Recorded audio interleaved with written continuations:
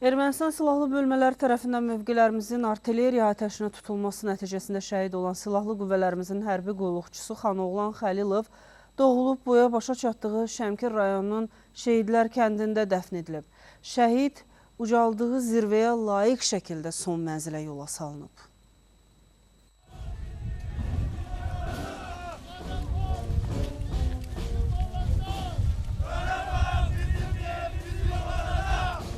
Minlərlə sakin, hərbiçi yoldaşları və rəsmilər dəfn mərasiminin iştirakçısı olub.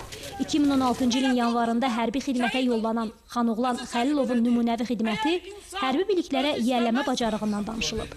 Hərbi xidmətdə olduğu kimi həyatda da rəftarı ilə diqqət çəkib. 11 il bir yerdə oxumuşuq. O da məktəb vaxtları özünün nizam-intizamlı, bacarıqlı bir şagird kimi aparırdı. Yerini bilən bütün tədbirlərdə çıxış eləyərdi. Və xidməti dövründə də vətən borcunu yerinə yetirərkən şəhid olmuşdu. O cəmi şəhidlərə Allah rəhmət eləsin, qəbirləri nurla dolsun. Xanoğlan körpə yaşında, torpaq uğrunda, xalq uğrunda, namus uğrunda şəhid olmuşdu. Acısı böyük olsa da, həmişə acı böyük olsa da deyirik vətən sağ olsun, torpağımız sağ olsun. Doğmaları da şəhidi vətənə, orduya və dövlətə bağlı gənc kimi xarakterizə edib. Xanoğlan Xəlilov bir illik hərbi xidməti dövründə göstərdiyi şücaətlə bunu bir daha nümayiş etdirib. Cəmi şəhidlərimizə Allah rəhmət eləsin.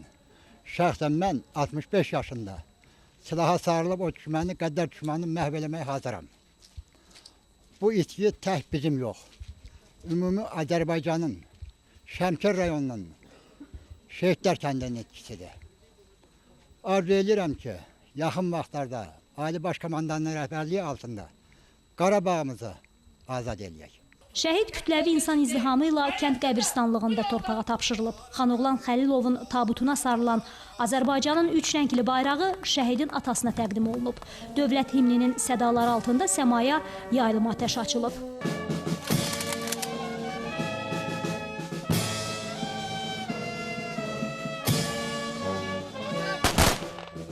Xəyələ Mürsəl Natiq Hüseyin Elgün İsaoğlu, Şəmkir.